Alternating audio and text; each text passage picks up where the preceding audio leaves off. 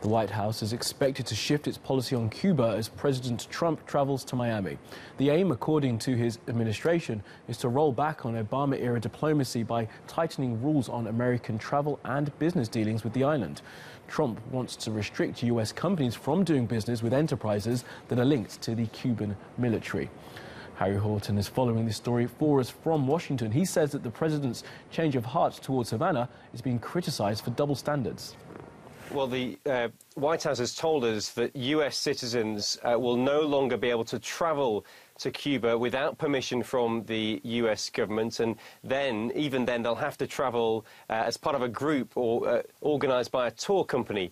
U.S. citizens will no longer be able to do business with any companies controlled by the Cuban military, intelligence or security services, which make up quite a large part of the Cuban economy. Now, the U.S. government says this is all to try and restrict the flow of money to the Cuban military. They say they want to try and change the direction of what they call a repressive regime run by Raul Castro in Cuba. This won't please some American businesses. Many of them were hoping to invest in the growing tourism industry in Cuba, and many human rights groups have also accused Donald Trump of hypocrisy.